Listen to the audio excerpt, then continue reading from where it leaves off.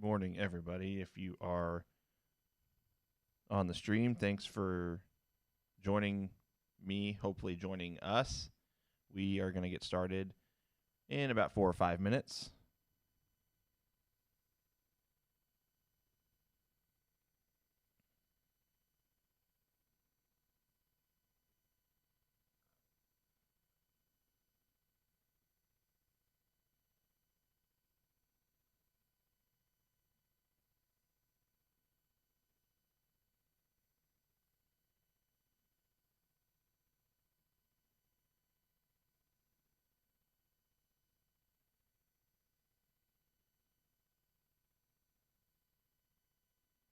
Again, if you are on the stream, thanks for joining me, slash, hopefully, joining us.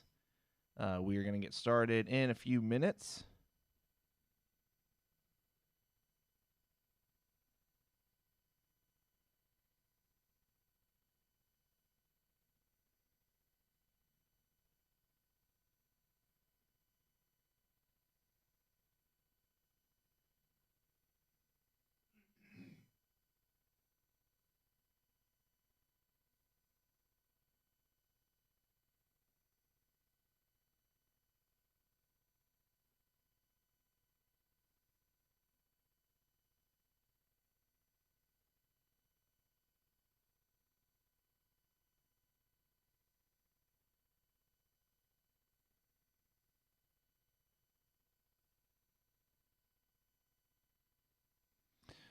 Once again, if you're on the stream with us, thanks for tuning in. We're going to get started in a couple minutes. Hey, Thomas, good morning, buddy. How are you?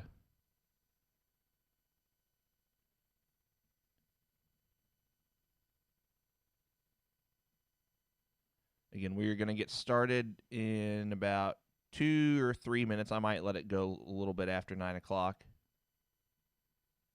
9 o'clock my time, 10 o'clock on the East Coast, 7 o'clock on the West Coast. I need to learn more of my time zones because I don't know what that would be for Alaska and Hawaii. I know they're on a different time zone, or in a different time zone, I should say. Like I said, we are going to get started shortly. Hopefully, it's going to be more than just me this morning because I do have our 2 cams set up. Cole will not be here today, but hopefully T.O. strolls in. He told me he would be here. If you are newer to the show, he was on our first couple of shows. I told him that he's welcome to pop in anytime he would like. So hopefully he strolls in today. But either way, we're gonna have a fun show today. We got a lot to talk about. So again, we're gonna get started in another minute or two. Thanks for tuning in. Show will officially start in about, I'll give it probably 2 minutes or so.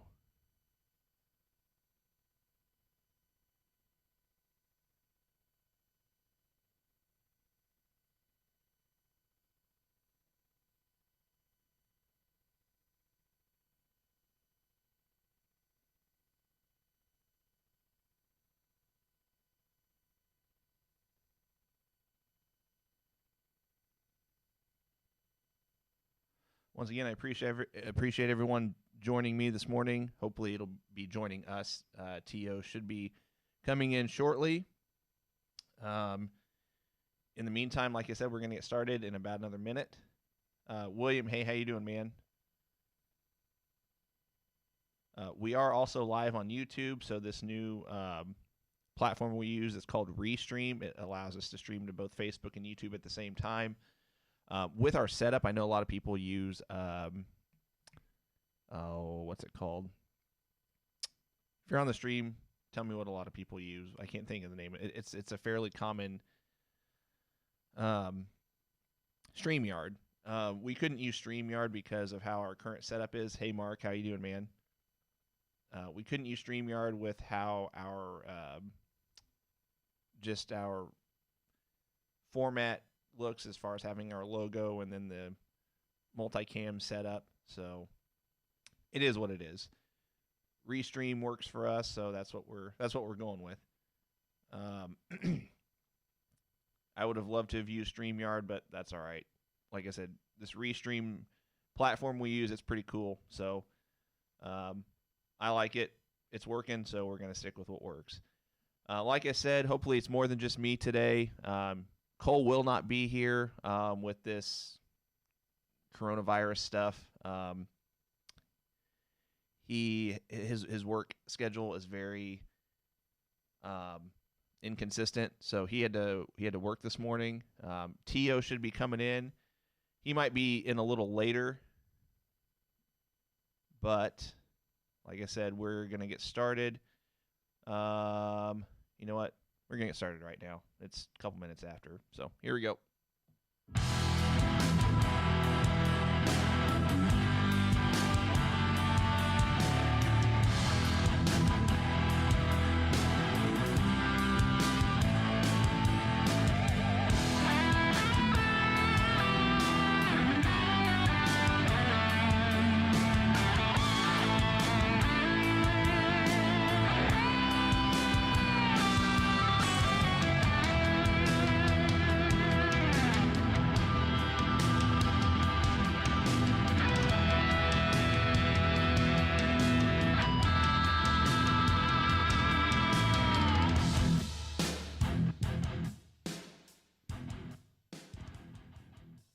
Good Thursday morning to everybody out there. This is the Going Broadway podcast. I am Alex.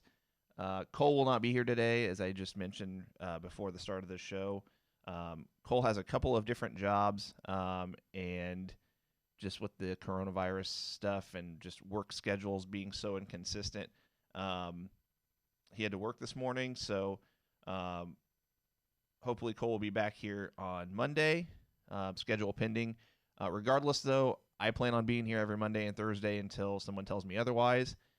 As you can see, we do have the dual cam or the dual screens going. So Tio hopefully will be strolling in at some point.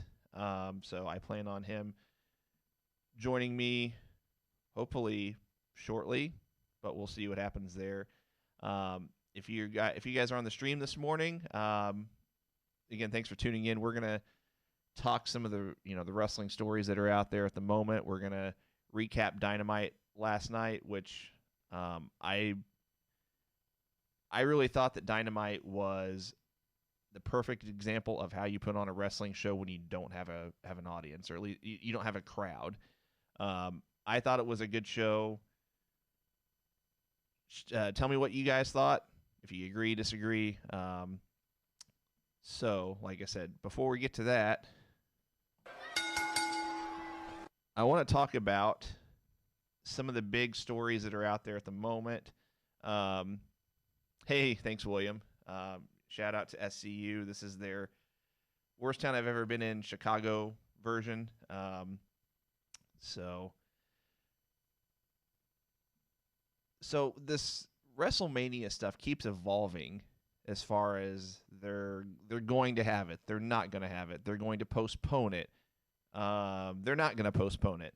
They're going to move it to a different location. They're going to keep it at the Performance Center, but they're doing that as a ploy because of insurance reasons. So this stuff changes so often that I planned on coming on here today to talk about the latest update being the fact that they announced it for the Performance Center, but that was just a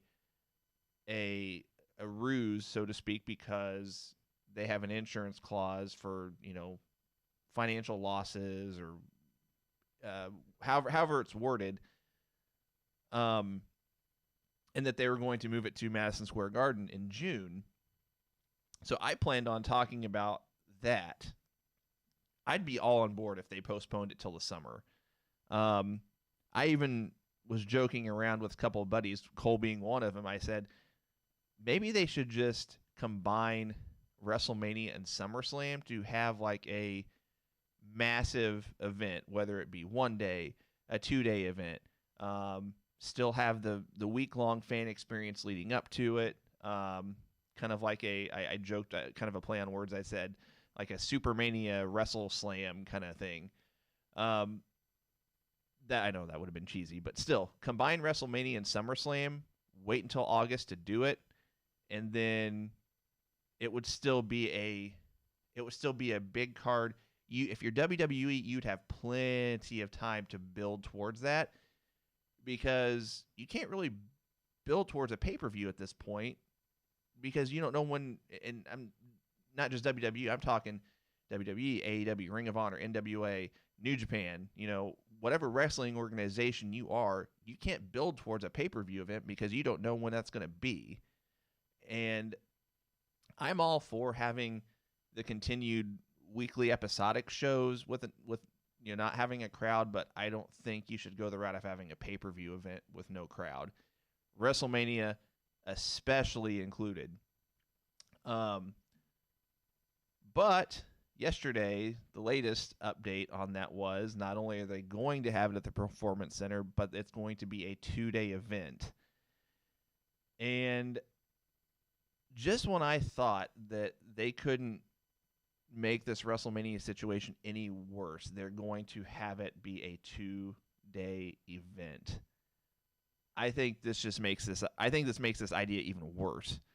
And I read this morning. I want to see if I can pull the article back up. I got to find it. I should have saved it to my favorites. Okay, here it is. So that basically breaks down when the matches would be. Assuming they do this, again, I wouldn't be surprised if this whole press release stuff on even down to the details of when they'd have the matches, the fact that it's going to be a 2-day event, I still wouldn't be surprised if this is part of the ploy to get whatever insurance company WWE works with, get their insurance payout, and then move it to June to have it at Madison Square Garden. So this is the possible run sheet for WrestleMania if they do have it as a 2-night event. Was that my computer that just made that noise?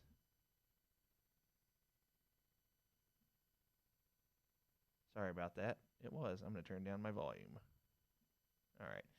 So it's scheduled to air Saturday the 4th and Sunday the 5th. And this, it's not a run sheet, but it basically breaks down when they're going to have certain matches. So on April the 4th, so that's the Saturday, you're going to have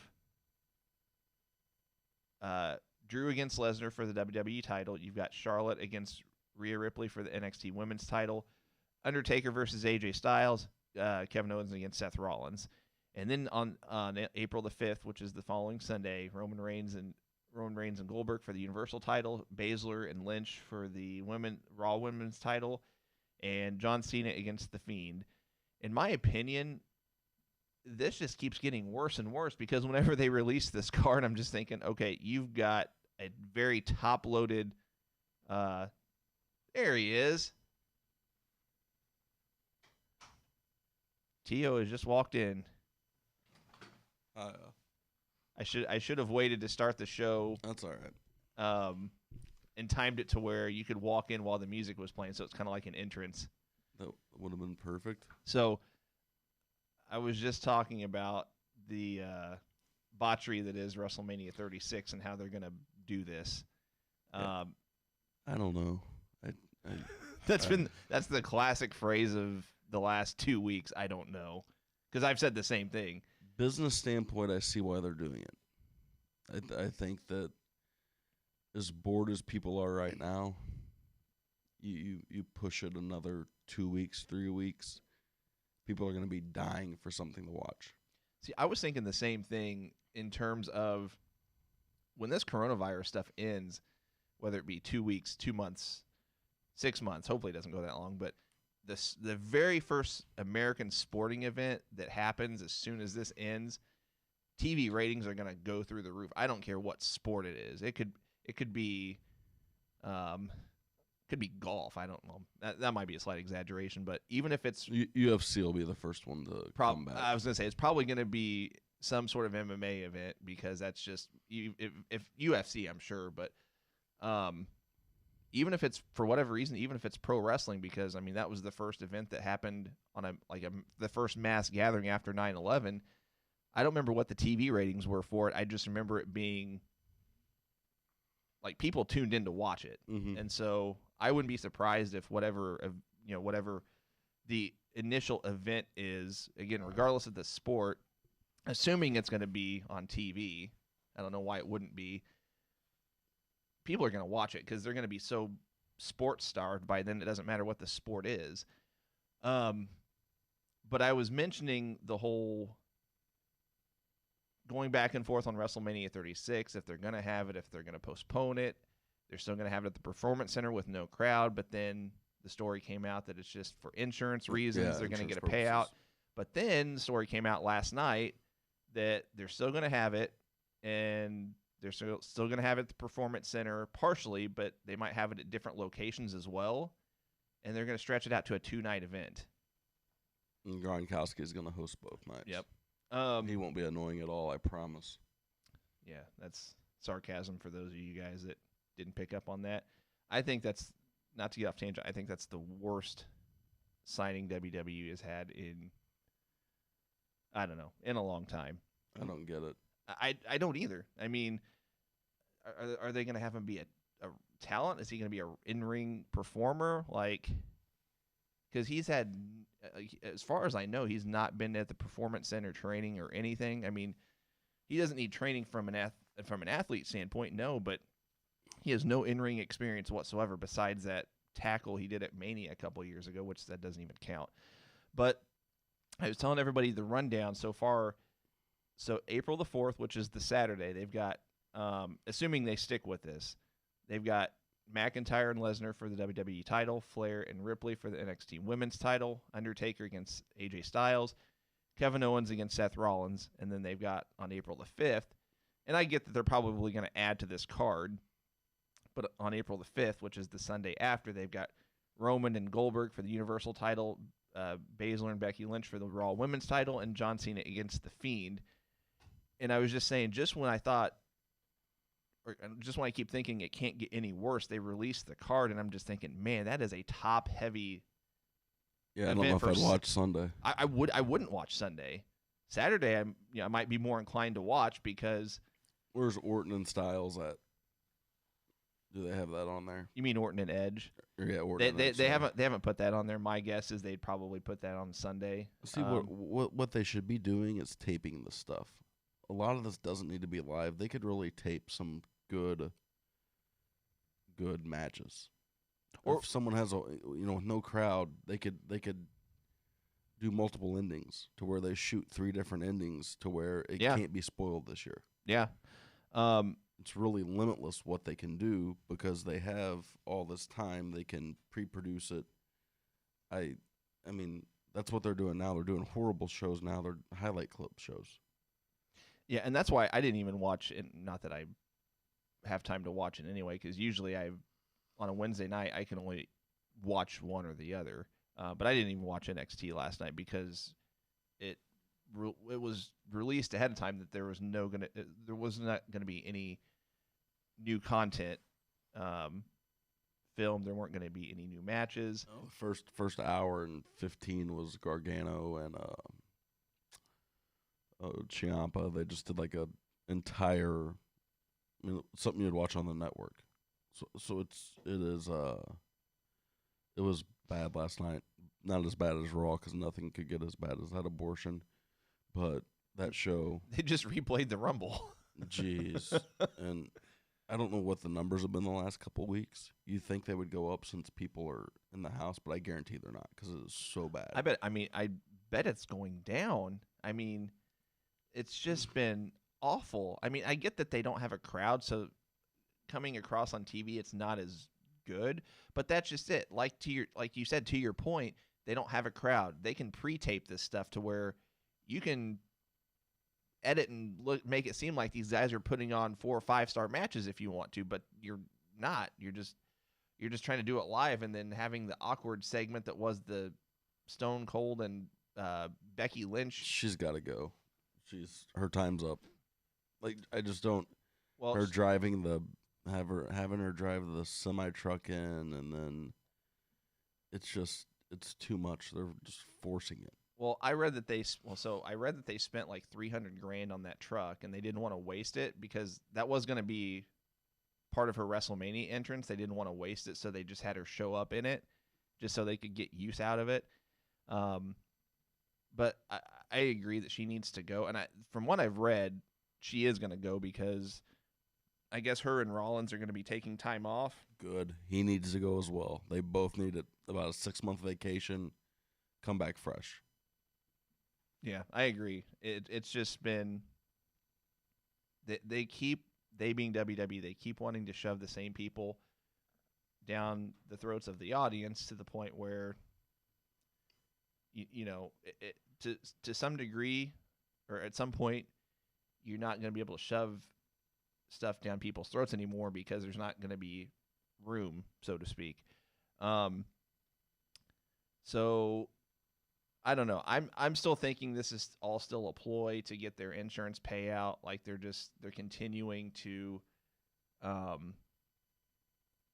pitch to their audience to prove to whatever insurance company they work with, yes, we're still going to try to do this, but we're still going to incur losses nonetheless. And eventually, maybe a week before, or I don't know, 2-3 days before, they're going to say, okay, we are officially going to postpone it. I could be wrong. Wouldn't be the first time, wouldn't be the last, but I don't see how this is, so WrestleMania, even if you do what AEW did last night, even if you put talent in the crowd to try to make it seem more engaging, it's still WrestleMania. People are going to get the idea that it's not going to be the same. It's not your weekly episodic show. It's WrestleMania. It's supposed to be your once a year larger than life show.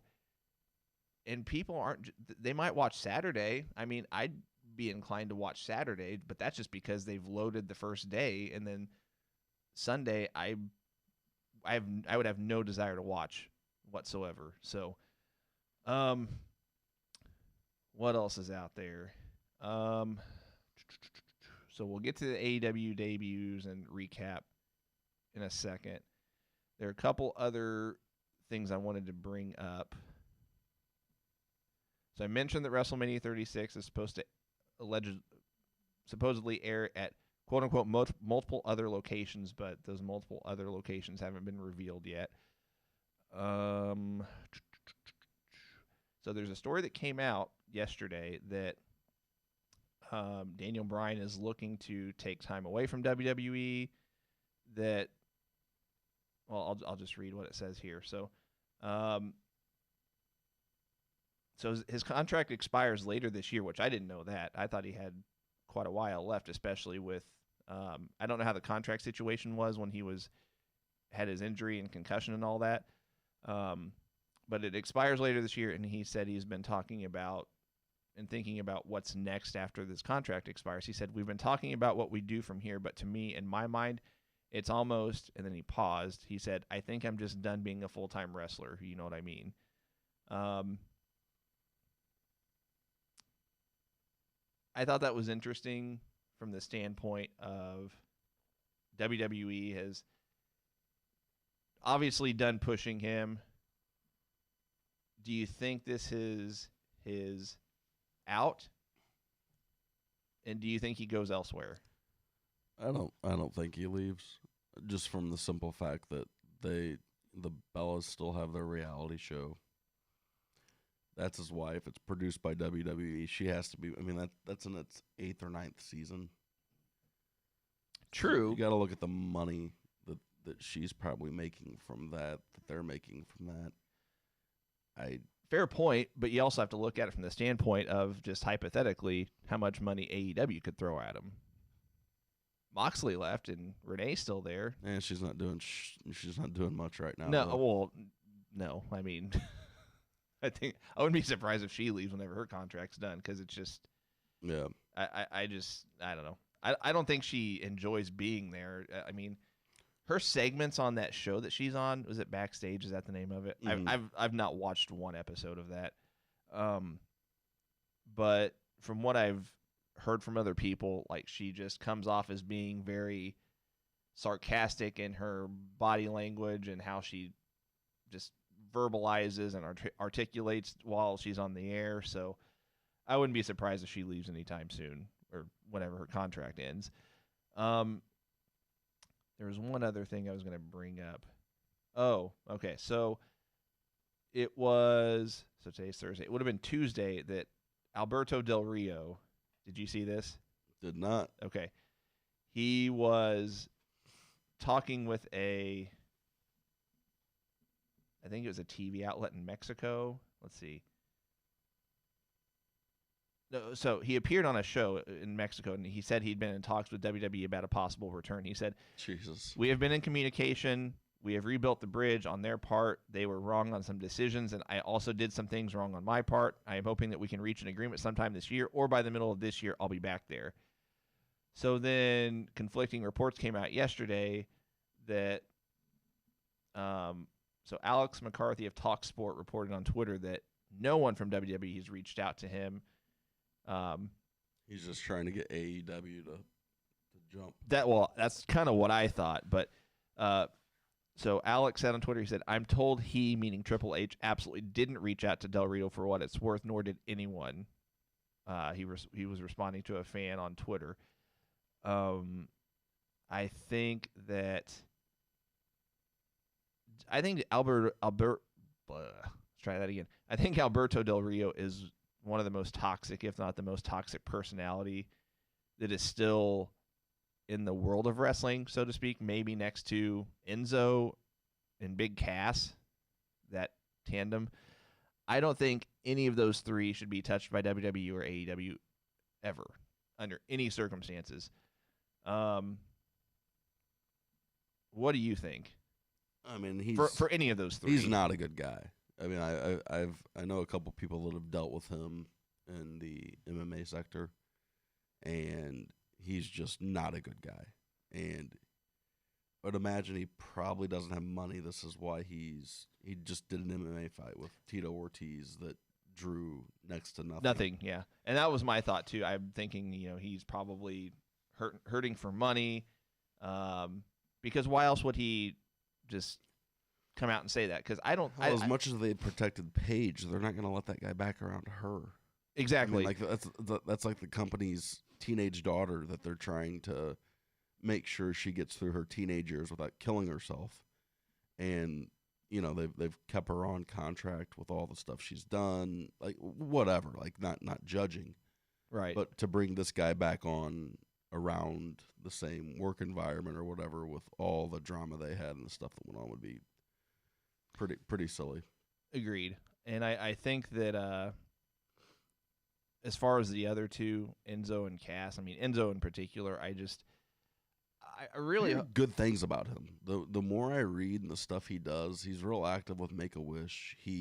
It's hit and miss. It's really character versus the person, and I'm shocked he hasn't sued WWE for firing him off of because it was just an alleged case that the chick ended up being a crackhead pretty much, which again, why put yourself in that situation? Not defending him, but yeah, I think they were looking for a reason to get rid of him. I think he probably hasn't sued them though, just to not burn that bridge, because I think he wants to, and rightfully so. I mean, hopefully it's smart from a business standpoint long term, that he wants to, again, keep that bridge built in case they do want to bring him back, because I know that they were big in NXT. I know Triple H has a hand on NXT, well, more than a hand in NXT. I mean, he pretty much is NXT backstage, and so I think that in this day and age, if you're any sort of talent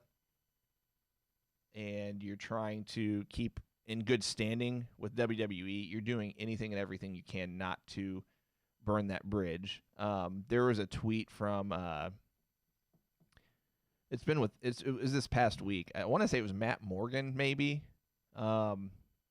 Basically commending WWE for having or maybe it was last week, commending WWE for having their continuing to have their shows even though there's no audience. And I just read that and I'm thinking, man, you must be wanting a job or something, because it's no different than Meltzer with AEW and how he kisses their butt. I mean, it's Alvarez is the same way. I just feel like there's a lot of people right now that are trying to get that payday, more so from AEW because they know Khan's a fanboy, and it's kind of people are able to get their friends jobs there. Yeah. So, and Cornette talks about it. I don't know if you listen to Cornette much, but Cornette, viewed Meltzer as a friend, and they were cordial for all these years. And Well, what's funny is that a lot of people that, and you can throw JR in this too, that they would come on and say, I'm friends with Corny, but business is business, and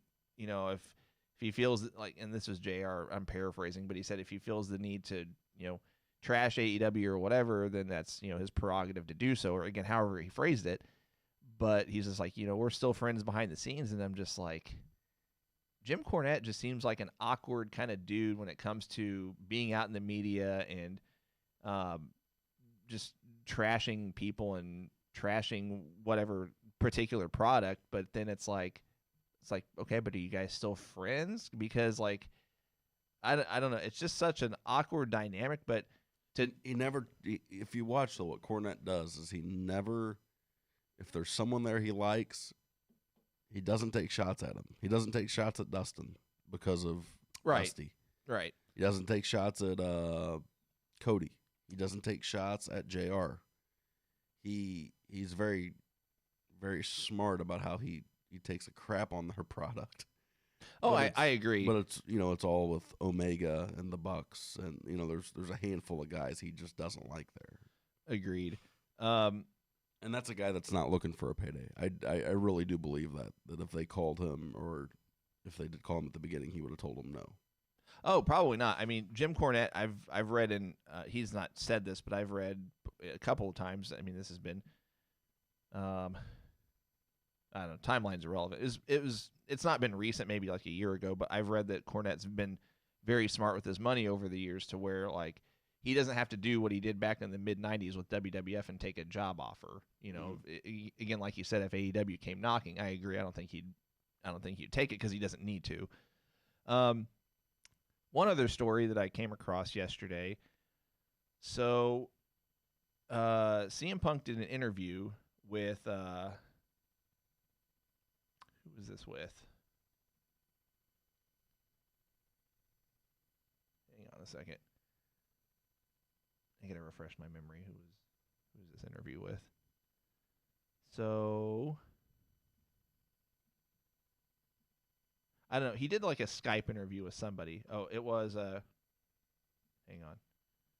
It was radio.com sports or something like that. He did an interview, and again, it was just like a Skype thing. So he basically went through opponents that he would like to have if he were to make a return to wrestling. Obviously if the money was right, he would listen to proposals on getting back in the ring with Daniel Bryan, John Cena, Rey Mysterio, and Will Ospreay. So Will Ospreay went to Twitter and basically pitched the idea for CM Punk to wrestle him at Wrestle Kingdom next year, which is New Japan's version of WrestleMania. So he said, this came from Will Ospreay's Twitter. He said, just an idea, and because we could all use something to focus on to get us through this hard time right now. Save January 4th and get some reps in. Help the business move forward instead of being a spoke on the wheel. That's a reference to CM Punk's famous pipe bomb promo. He said, this might be clickbait, but a great white just bit. What would you think if CM Punk went to New Japan and wrestled Will Ospreay? For it, against it, indifferent? Against it. I don't know. That's not who you want him to come back and face in his first match back. I just don't see how you build it. I don't see how you have a good... The styles are too different. CM Punk is just... He's never been a good in-ring performer. The only reason he had that 5-star match with John Cena a few years ago was because of the crowd and their reactions, and like the false pinfall finishes. That was pretty much it. The match, from an in-ring performance standpoint, was, above average at best, but it was not a 5-star match. And I bet if you go back and, again, when I say X amount of star matches, for what it's worth, these are Dave Meltzer's ratings. Give what credence you want to them, but that's just the scale I'm basing it on. But if you go back and look at any of his other matches, I bet he doesn't have a match that's above 4 stars, if that. So I agree. If he makes a return, New Japan is where you go to have good matches. Mm-hmm. New Japan is not the place for CM Punk in any way, shape, or form, unless he goes there to do like a schmoz with Jericho or something, or Moxley.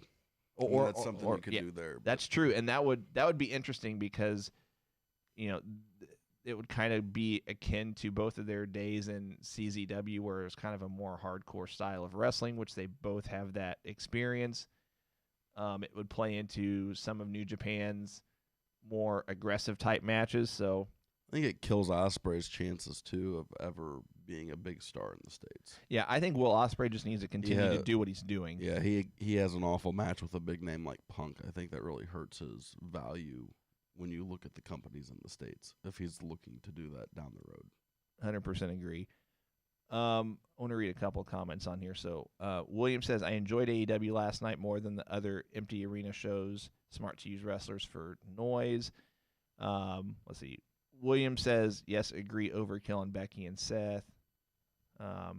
Brandon says, can we talk about how funny Moxley looked getting in the car? Yeah, I noticed that too. That looked really awkward. Did you catch that? It looked like it was the first time he's drove that car. I mean, he didn't know how to get in. He threw himself in. It was strange. It was very strange.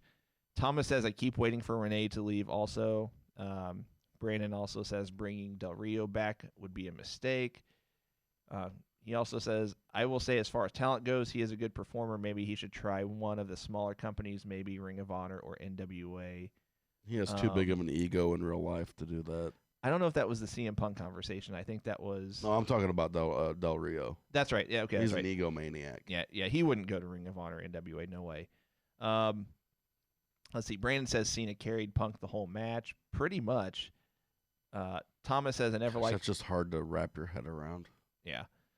Cena carried someone to a 5-star match. Exactly. Thomas says, I never liked Punk. Hope he just stays retired. And Brandon says, thoughts on Triple H getting demoted? I was going to ask you that. I don't really have a thought or an opinion on that. I just read that and I'm like, oh, okay. He's still like the NXT guy, and I don't. And I wouldn't be surprised if it's something he asked for. Could be, especially if he's taking more of a responsibility in NXT. That's kind of his baby at this point. So yeah, I don't really have a. I mean, he's stuck in the 90s, so if he can go back and live this Wednesday Night War thing and... Oh, I bet he's loving it. Yeah. I mean, he all of his interests in WrestleMania are 90s like things that were popular then, so I think he's stuck in a certain time frame in life and just wants to try to go through that whole, Attitude Era versus Nitro battle that he went through as a wrestler performer. All right. So before we recap Dynamite, I'm going to do my little Lord Alfred Hayes read. Promotional consideration paid for by the following. You can check out the Going Broadway podcast with new shows every week on Apple Podcasts and Google Podcasts, as well as a number of other platforms where you can access your podcasting. If you're watching us live right now, each show is archived, and you can go back and watch any one of them on Facebook or on our YouTube channel as well. Like I mentioned before, we're live currently on both channels. You can check us out also either on Facebook, on our Facebook page, or at goingbroadwaypodcast.com/YouTube. We are also on Twitter. Our shows are not on Twitter, but you can follow us at Going BRDWY Pod. So the little Twitter thing on our our show's logo, if you're watching us live right now, or if you're watching us period, where it says at Going Broadway Podcast, that is not correct. We need to get that fixed. So it's actually at Going BRDWY Pod. I'll say a little bit more about that in just a second. Please also download our free app. It's called Yo Radio. It can also be downloaded through the App Store or Google Play. It is the most advanced, user-driven streaming radio service on the market. Everything you'd expect and more from the most full-featured platforms ever developed. Listen to an endless genre of music, podcasts, including our show via the Lineup channel, sports news, and more 24 hours a day, 7 days a week, and also 100% free. Again, it's Yo Radio, available via the App Store, Google Play, or by visiting yoradio.com. You can also check us out through our web host at lineupmedia.fm. And if you haven't done so already, please like our Facebook page and follow us on Twitter. Again, that's at GoingBRDWY pod to be entered into our next belt giveaway. We're going to do that either once our Facebook page hits 2,000 or once we get 1,000 followers on Twitter. It's going to be whichever comes first. And we're going to go off of whichever. We're going to go either off on Facebook or Twitter, not both. So I'd recommend that if you want to be entered for sure, like our Facebook page and follow us on Twitter both. If you have any questions about that, you can contact me on Facebook and shoot me a PM. So, all right, let's recap Dynamite real quick. So they're at Daly's Place in Jacksonville. They were supposed to be in Rochester, New York. Obviously, that did not happen.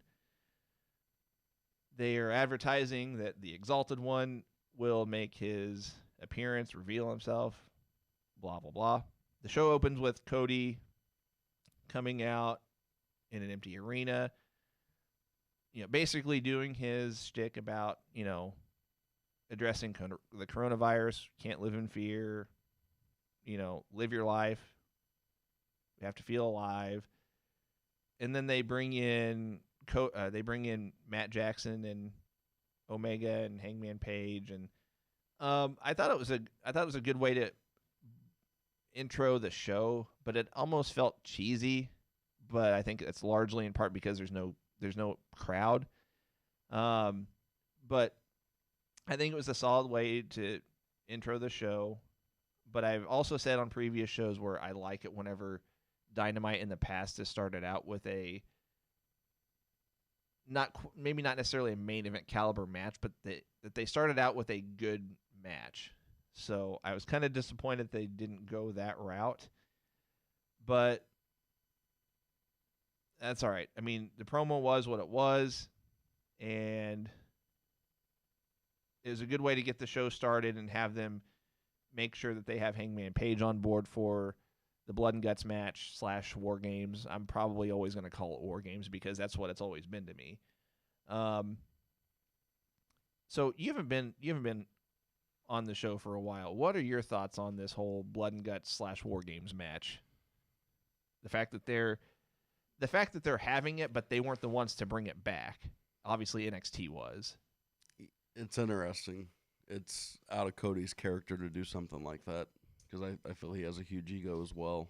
That he would feel like he's ripping something from NXT, but I think it's more that was my dad's idea. That's what I thought too. I mean, it was Dusty. It was for those of you that don't know, the War Games match was 100% from the mind of Dusty Rhodes, and I think in Cody's mind, he thinks I don't care who's using that gimmick right now because my dad is the one that thought of that. I'm going to use it, and I think that's his mindset as well. With a lot of other things that they've done, they've used the Bash at the Beach. I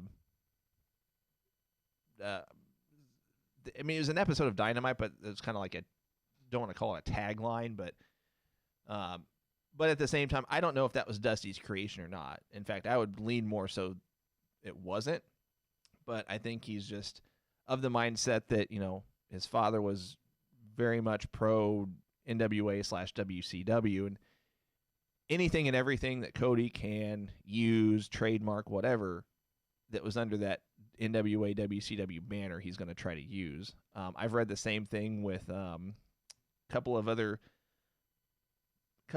events that they've had in the past. I think he being Cody, he was trying to see if they could use either Super Brawl, Fall Brawl, or Spring Stampede. And I mean, I get it. I'd be okay with it if he's just using those as kind of like he did with Bash at the Beach on the Dynamite. I don't think he should use those for pay-per-view names.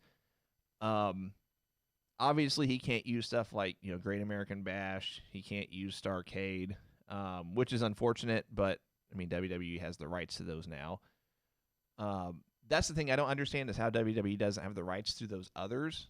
And maybe they do, and Cody's just like, screw it, I'm going to use it. If they try to fight me on it, I'll fight back. I don't know. But it's just kind of interesting that they're using the War Games gimmick, calling it Blood and Guts because they're, as a throwing shade to McMahon on his comments to investors about AEW being competition and, whatever. I mean, I'll be honest, I'm looking forward to the match, but I would look forward to any War Games match if it has decent performers in it. So, there was, however, and I'm kind of jumping off the recap slightly. I read this morning that, I'm going to pull it back up here. AEW might be pushing back that match. So, regarding the Blood and Guts match, PW Insider reports that the match will likely be pushed back from next week, March 25th. There's no word yet on exactly why the match is being pushed back, but next week's show is currently scheduled to feature Wardlow versus Luchasaurus in a lumberjack match, Best Friends against Lucha Bros in a parking lot street fight. That's pretty much it. So I thought they were advertising it last night to still be next week, but maybe I misheard that. I don't know. Mark says, and Mark's Mark's one of our viewers, listeners, who's very knowledgeable as far as wrestling goes. Mark is kind of like Corey in the sense that Corey Tio and Everett had a wrestling podcast called Three Horsemen, and Corey was like the very wrestling snob, knowledgeable. Not Mark, not that you're not a snob. I'm not saying that, but Corey was just very like knowledgeable. Anyway, so Mark's the professor. You can check him out on another show called Beltomania. He's kind of like he's their professor basically. But he says War Games was created as the ultimate settling match, for feuds with the Horsemen. It was something Dusty wanted to do early in NXT, but they didn't have enough traction or feuds to do so, which is really unfortunate. I wish they would have brought back the War Games back when people being fans were wanting it. I think they just brought it back too late because by that point it was just kind of like it had lost, I guess, a cult following traction, so to speak. And then they brought it back, and people are excited about it, but they didn't flip out over it like they would have. When you're younger fans, you have the Elimination Chamber, Hell in a Cell. You have all these different gimmick cage matches that, So I'm still excited about it. If they push it off past next week, I'd be okay with it. I think anything you could make work without a crowd. I just think that for a big match like that, you might hold off to see if this coronavirus stuff hopefully levels off sooner than later. And then if it doesn't, then have the match. But we'll see. They've really done nothing to build it. Like, that's the weird thing. There hasn't been a lot to go on between the two factions.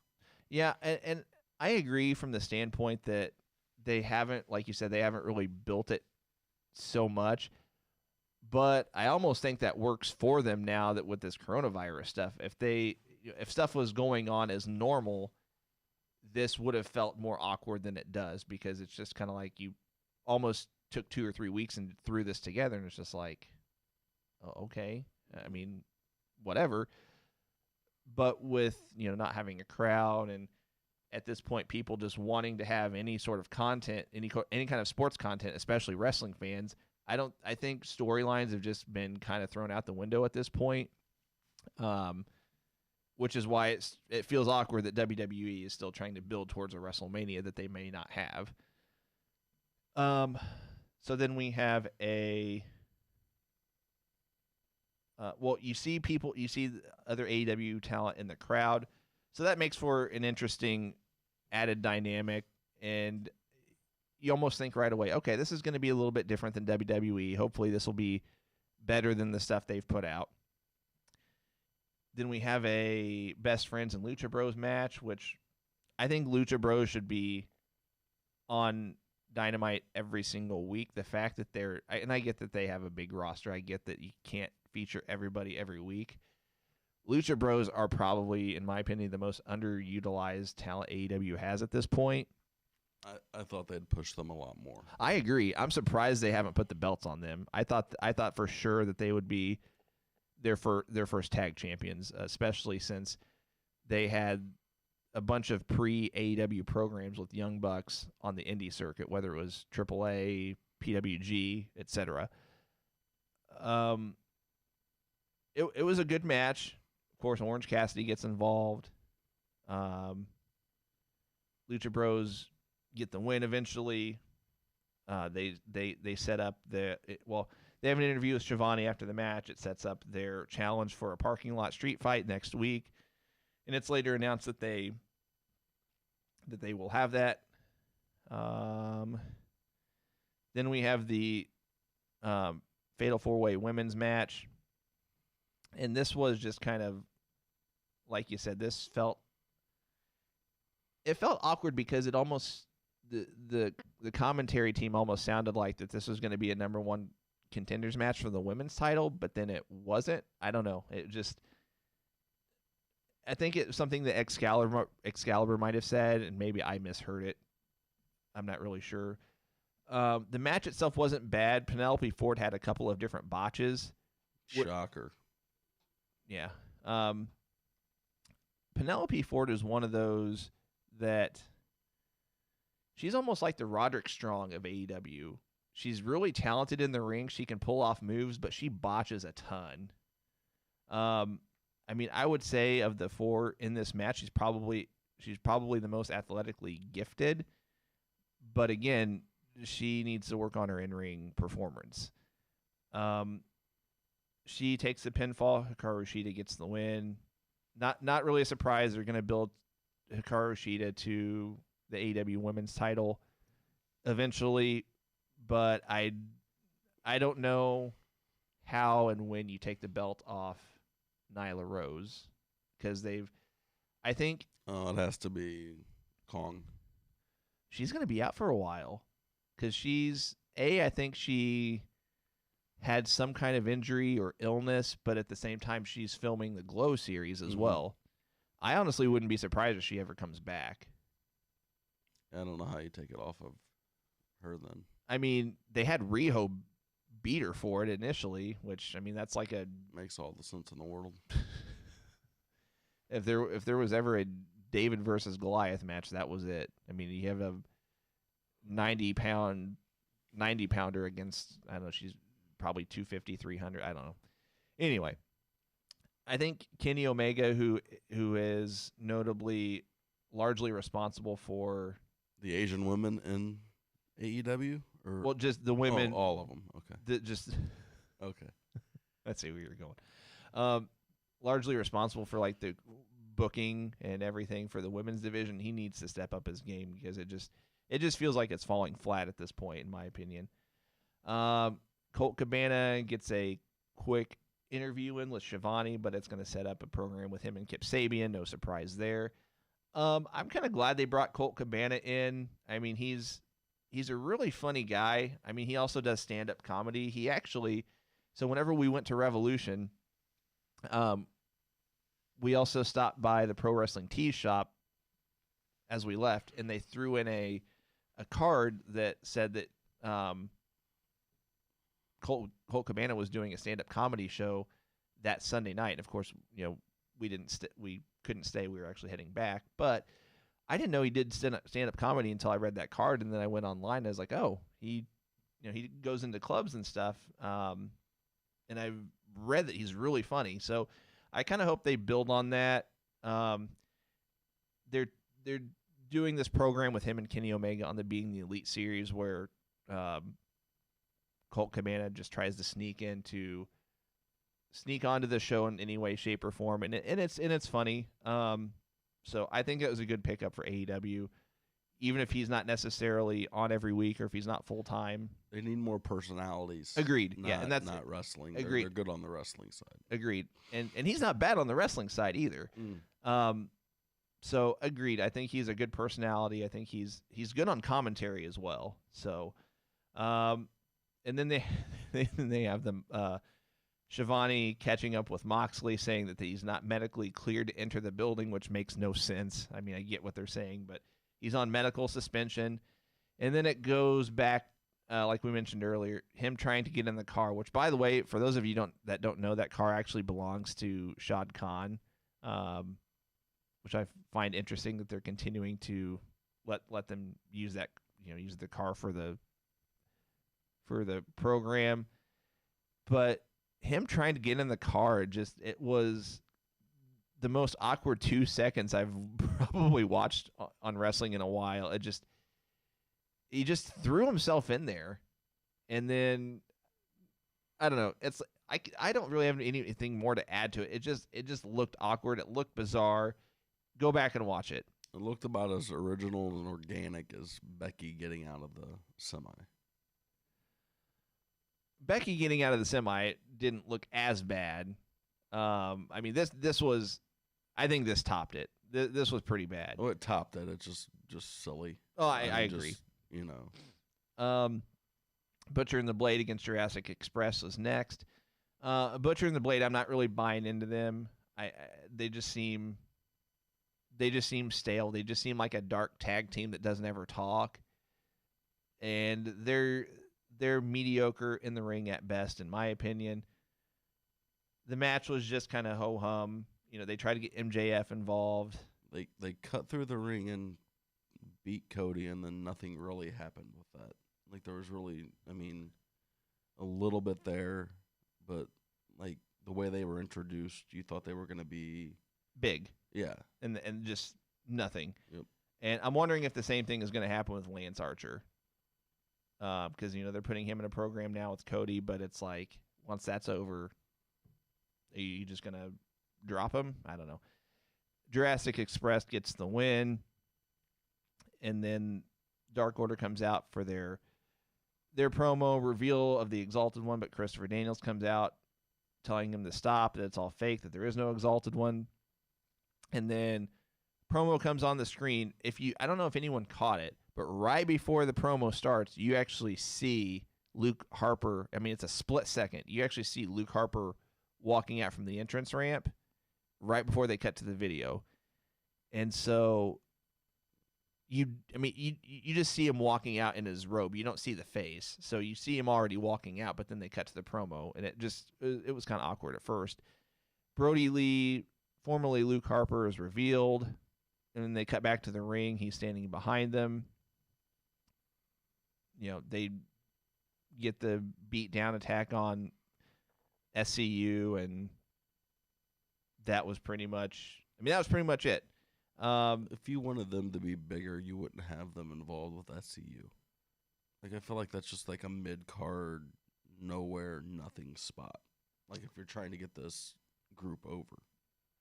I think that AEW is trying, was and is trying to build SCU up better than or higher than what they are, and it's like fans aren't gravitating look towards. At them. Look at them. What's Christopher Daniels supposed to be? Like, he has a top hat, and is he the one that wears the top hat out? Yeah. And, I don't get it. It doesn't help that they're, and me saying this wearing an SCU shirt right now, they are up there in age, and it just like, and I don't know if that has anything to do with it with any other AEW fans. It's just, or just wrestling fans in general, but it just, I don't know. It's like it's not working. I mean, people were big on Kazarian and Christopher Daniels when they were in Impact, formerly known as TNA, but that's when they were good in the ring. Scorpio Sky, of the three, is really the only one that is decent in the ring now. The other two, it's it's hard to watch, to be quite honest. I mean, Christopher Daniels, he wrestled whenever we went to Dynamite in Champaign, and I don't remember if it was on Dynamite or if it might have been an AEW Dark match. I don't know, but he botched a move, and it was hard to watch. And they said on Being the Elite that, that was like the first or only the first or second time he'd ever botched a move, and that's not true at all. I mean, he botched a lot in TNA.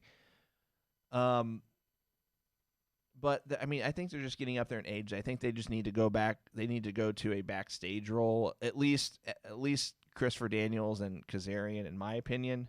I think that Scorpio Sky needs to go out on his own. So I agree. I think it didn't feel as big as they wanted because, like you said, they're pairing them with SCU, so it's just kind of like, oh, well, okay, cool debut. But I will say this. I know this would have gotten a much better overall reaction within like the wrestling community, so to speak, for lack of a better way of putting it, if it was in front of the live Rochester crowd, because that's where Brody Lee is from. And I think that's what they were banking on. So Shivani interviews Jake Roberts and Lance Archer. What's funny when I say this, so this was a very standard interview with Jake Roberts, but a standard interview with Jake Roberts is still far better and above most of the segments that you can watch with any current performer in WWE and most with AEW as far as doing a promo. Now, I get that comes with experience, but Jake Roberts has always produced a good promo. And Jake Roberts has done things to his brain and insides that we can't even imagine. Right. And the fact that he's still able to deliver. Yeah. And that's definitely that's saying something. So what does it say though? And that's kind of a question with everything now. Is it that they don't put enough time into promos? The writers are too involved. This generation just can't cut a promo. Like there's something there that a guy that's been away from action or television at least for 30 years-ish, 20 years, 25 years, and he comes in and he can do something that nobody else can really do. I think part of it is if you're in WWE, and this is what I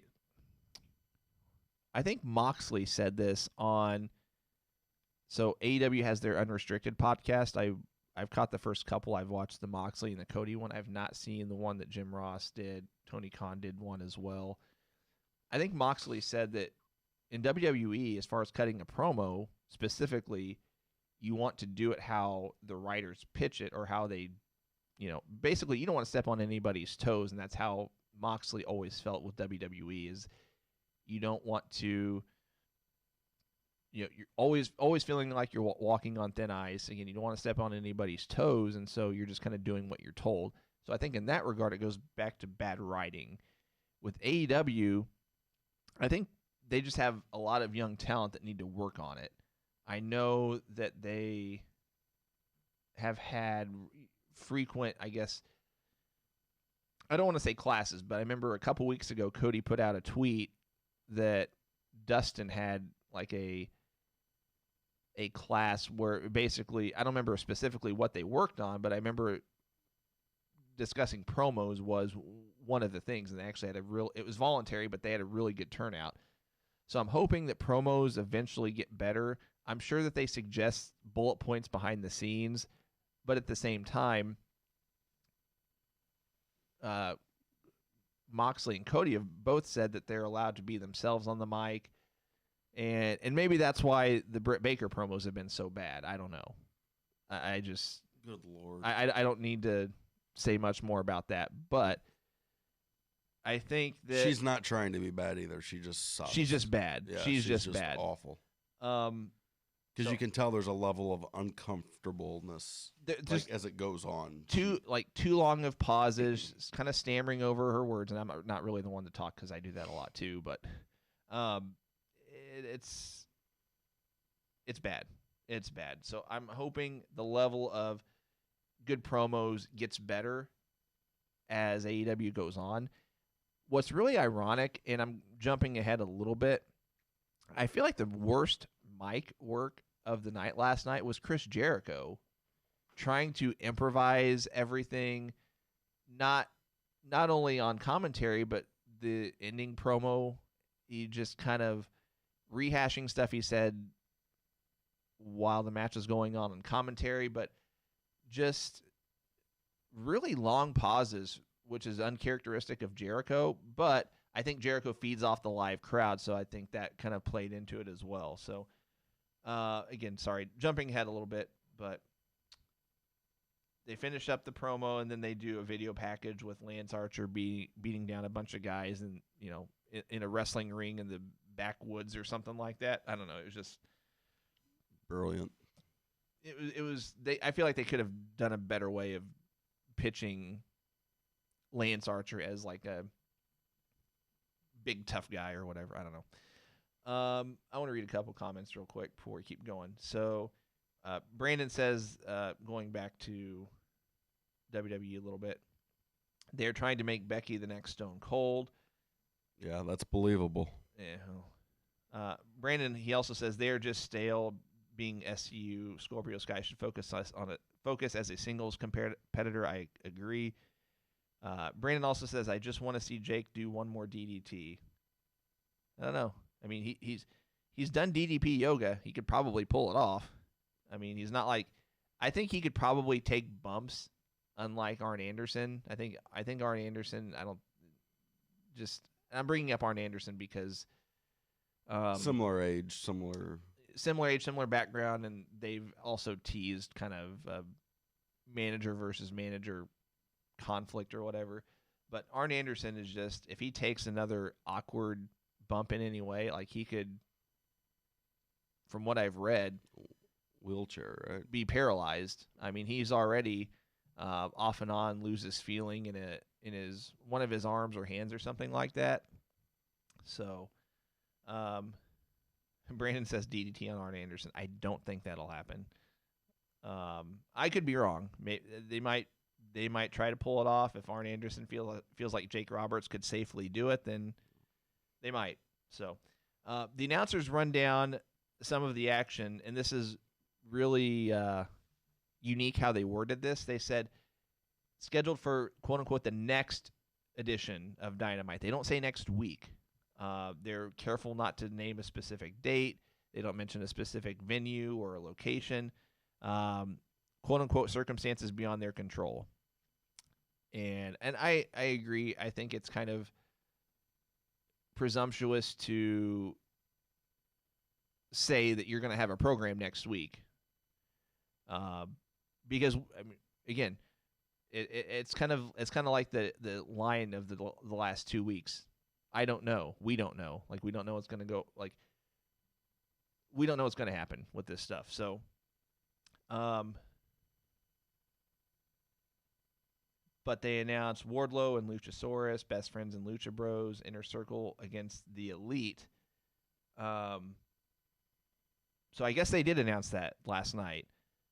But a story came out this morning that they're thinking about moving that match. So we'll see. They conclude with the 6-man tag, the Elite against Inner Circle. This match started at 9:30. This match went on way too long. I don't know if they planned on it being a better match. I was really surprised at how not entertaining or how not engaging this match was. It was, and it is probably largely because of, I mean, Santana and Ortiz can work, but they also don't have the best matches at times as well. Jake Hager has never had a good match, ever. When he was Jack Swagger, Jake Hager, whatever, he's never had a. Okay, I shouldn't say he's never had a very good match. I feel like his best match, honestly, was the match he had at Dustin at Revolution. I think that's the best match I've seen him have. This match was mediocre at best, I would say. I don't have anything else to say of the match itself. I mean, Inner Circle gets the win. They get the advantage for the Blood and Guts match, which basically that means that you have two guys that start, and then the first guy that comes in is going to be from Inner Circle. Now, in the history of any Blood and Guts or War Games matches, and Mark, if you're watching, maybe you can help me out on this. I don't think there's ever been a time where the heel team has not had the advantage. Where it's I don't think there's ever been a time where a heel team didn't have the 2-on-1 advantage in the history of any War Games match. NXT Makes sense. NWA, WCW. I don't think the face team has ever had the advantage ever.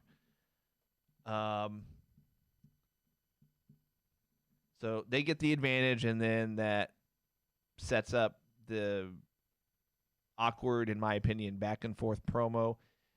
The match ended at like 6 or 7 minutes till, and again, it felt very much like from and I said 9:30, it's actually 8:30 our time, 9:30 Eastern time.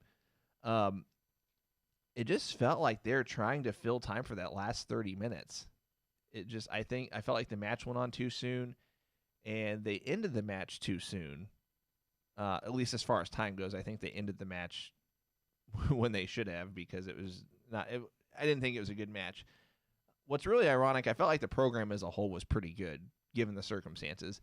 I just wasn't impressed with this match. But the match ends. They go back and forth on the mic. Again, Chris Jericho is trying to improvise a lot. Kind of feels awkward, but again, I think he plays off to the crowd most of the time, and there was no crowd. Jericho says they have an advantage due to Nick being out in his internal injuries. They have a 5-on-4 advantage. And then Matt Jackson says, well, no, it's not a 5-on-4. I made a phone call to a friend who owes me a favor. You see Vanguard, this little drone thing coming to the ring. You got piano music playing, and then you see Matt Hardy in the stands. So obviously it's going to be a 5-on-5 whenever the match happens. So I thought from start to finish it was an okay show. So did you notice on Hangman Page's, when he walked out, they had changed? It said Adam. Hand wash page. Yeah, did you see that? Yeah. Some of their little blurbs they have on the entrance, whatever you call them, the introduction. What's the word I'm looking for? Little bio things or yeah, there's a word I'm trying to think of, but yeah, like whenever they have the wrestlers' names and then their records, and then they have like a little blurb at the top. They do little funny things that I like. Sometimes it's cheesy, but I think it's funny. It just kind of adds to the flavor of AEW. I think Brandy's last night said, like, whenever she came out to do ring announcing, she said, or her little blurb said, Brandy said she would never do this again, this being ring announcing, but obviously she was. So yeah, I saw the Adam hand wash page. I need to do a better job at like making sure I read those more, because usually AEW does a good enough job of building their matches to where you're looking forward towards the match that you're not really paying attention to reading their AEW records for, they'll have the records for 2020, they'll have their cumulative record, but then again at the top it'll have like a little blurb.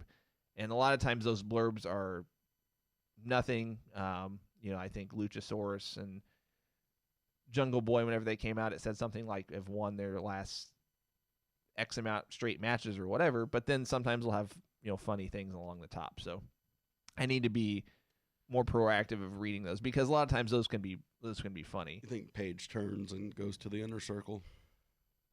I think AEW pulls a swerve and Young Bucks and Kenny Omega turn heel. And go with that faction? Really? No. I think they on their own way. I see what you're saying. Or not turn heel, but they become like a not a cool heel faction, but like, I don't know. It's really interesting because people want to get Paige over in that way. Paige Paige is already over. The fans love Adam Page. The the thing I like about AEW, and Cole and I have had this discussion, AEW does a great job of leaving their options open storyline-wise as far as what they could do with multiple talents that they have. They could turn Paige heel, but have him be like a cool heel that the fans get behind, sort of like a Stone Cold Steve Austin, especially with like, you know, the beer and everything. Or they could leave him alone and turn the Bucks heel. They could turn the Bucks and Omega heel. There's a lot of different ways they could go about this. But the thing that Cole and I have talked about that we would like is that they don't hotshot storylines. They do a good and almost, for lack of a better word, they build in a healthy, organic way to where it feels like old school wrestling. Like you build from week to week to week like Nitro did. That's why you tuned into Nitro every week, because at the end of each Nitro, you're just like, okay, I got to watch next week because this wasn't resolved. Oh, I got to watch next week. And then, of course, that all ended, in my opinion, whenever, well, kind of ended in two different points. Whenever you had the Sting and Hogan match at Starrcade, it was like, okay, the payoff's here. I'll still watch, but that's just because I've been doing it out of habit. And then they had the Goldberg-Hogan match on Nitro, which Goldberg won. To me, that's where WCW was just kind of like stopped being a must-watch week by week. So it's interesting to see where they might go with that. Let's see. Brandon says DDT. He already said DDT on Arn Anderson or Cody. He also says, Brandon, they never have or will. Brandon, clarify what you mean by that, buddy. William says, love when Jericho said Arn has his Waffle House menu with Jericho said, love when Jericho said Arn has his Waffle House menu with him when he comes out. The clipboard. Yeah. So I'm still interested with, week by week AEW. I think storyline wise, they're doing an okay job. Given the circumstances, not having a crowd, I think they did. I thought it was a decent show. I was disappointed with the last match. I think that it might have been not a time constraint, because they had too much time left at the end of the show. Again, they started the match at like 9:30 or 8:30, 9:30, depending on your time zone. And maybe that was on purpose, but they just didn't have the best match, which is fine. I mean, you can be a guy like, Young Bucks or Omega or, anybody that historically has put on a good match, and you're going to have a bad match every once in a while. So it's just going to happen. Brandon was answering my question. He said heel had the advantage in War Games matches. So when he said they never have or will, that being the face team having the advantage. So, all right, guys. Well, I think that's going to about do it for us today. In some way, shape, or form, at least if not Tio and or Cole, will be here on Monday. Plan on being here until someone basically locks the doors on us and says go home. But for those of you watching us live, thanks for sticking with us. Thanks for hanging out with us. William says, if we had a crowd, Matt Hardy would have had a major pop with the delete chance. Yeah, I agree. I think that they just went ahead and had him debut because we don't know how long this coronavirus stuff is going to last. But that being said, guys, thanks for joining us. Thanks for hanging out with us today. Take care of yourselves. Live your life. Wash your hands. And we will see you on Monday.